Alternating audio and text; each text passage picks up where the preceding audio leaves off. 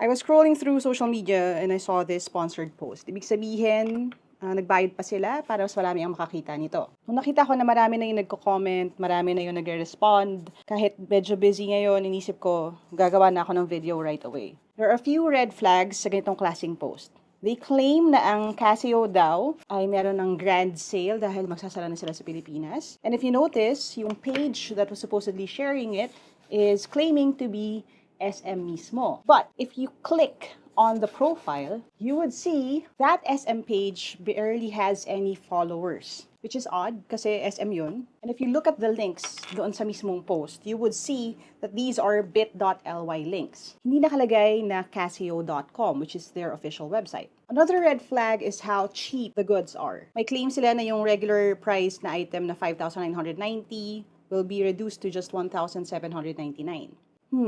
Medyo suspicious na tayo dapat pag ganon. And if you look at how they respond dun sa comments sa post na yan, they ask for a lot of personal information ng mga bibili. At dun napapasok yung posibleng totoong punteriya nila dun sa mga bibili nitong cheap na item na ito. More than the money that you'll pay, na posible nilang makuha for an item that may be fake or will never arrive, mas delikadong ibigay sa kanila yung information ninyo. Your full name, your mobile number, your address, at kung medyo malas-malas full credit card details, which they then can use to purchase other things online or to do other things, including stealing your identity. You can also learn how to spot red flags pagdating dun sa marketing pitch nila, kumbaga. Kasi maliban sa it's too good to be true, may sense of urgency. Limited ang stocks. Nagmamadali ka ba? Kahit dun sa mismong landing page ng fake website nila, you would see this, may timer. Kasi nga naman, kailangan maloko ka na bago mo pa ma-realize na niloloko ka pala. Mas meron pa silang sinabi na pag hindi ka daw nag-checkout, babalik sa regular price lahat ng items. Which is weird. Di ba sabi nila nagpo-pull out na nga daw yung Casio, kaya nga nag-unload na sila ng stocks. So bakit pa nila ibabalik sa presyo,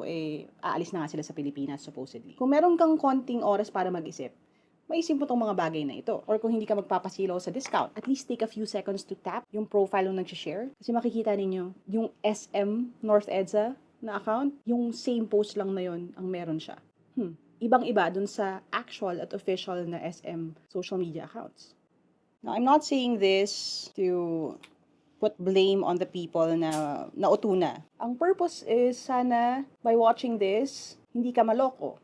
Hindi maloko yung loved ones mo, kaya i-share mo to sa kanila. At sa susunod, maging mas mapanuri ka rin sa mga nakikita mo. Kung alam mo rin yung mga galawan o script, kumbaga, yung mga gumagawa ng hindi maganda, yung mga itong klaseng scams o phishing attempts. At least, mapapaisip ka next time. Pwede nyo ring i-report to see if they take it down. I hope that helps.